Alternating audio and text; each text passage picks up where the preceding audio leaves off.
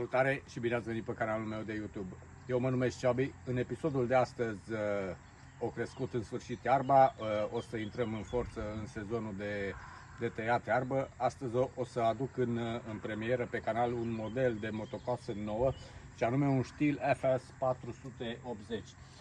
Aceasta e motocoasa. Din păcate nu mai avem acțibuild-ul ca să vă arăt că e Stihl 480, deoarece motocoasa e recondiționată. Nu mai avem nici în spate, deoarece și aici e schimbat această carcasă și nu mai avem cu Stihl 480, dar această motocoasă e Stihl 480, este fabricată în anul 2007, o să vă dau rapid câteva detalii tehnice.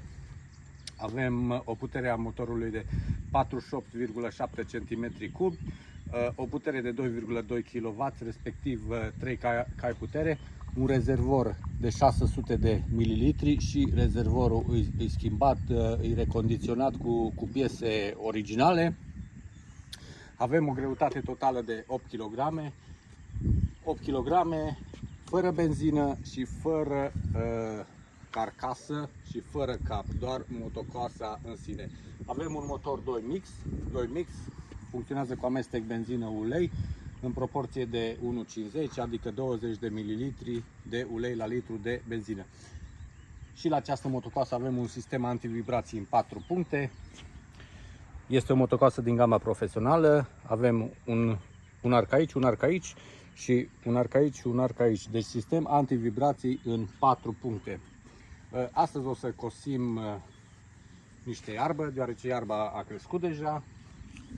Avem capul cu fir pe motocoasă, AutoCAD 46.2, un fir de 3,3 mm în diametru, fir Stihl negru rotund. Apărătoarea este apărătoare nouă, încă nici nu s-a cosit cu această apărătoare. Deci, cum am zis, motocoasa e recondiționată, e motocoasa unui prieten, nu-i motocoasa mea personală. O să o testăm astăzi, cum am zis, Stihl Fs 480. Am zis, este din 2007, este fabricată, așa e accelerația, așa e stopul, la cum era înainte la modelele mai vechi. Sunt foarte curios să văd cum o să taie, cât de puternică e această motocoasă. Mă echipez corespunzător și îi dăm drumul la lucru într-o iarbă proaspătă din sezonul acesta.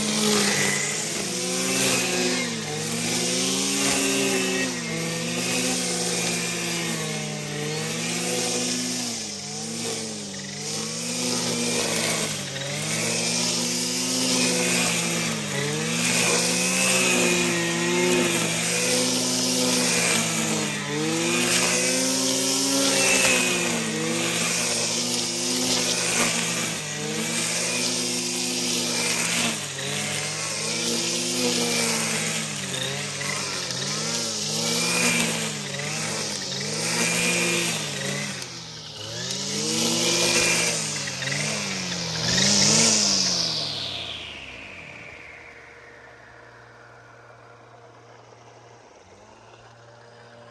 a fost videoul de astăzi cu motocoasa de la Stihl Fs 480, cum am zis, motocoasa unui prieten, recondiționată din 2007, are aproape 20 de ani, după cum 18 ani, după cum ați văzut, motocoasa funcționează absolut perfect, fără nicio problemă.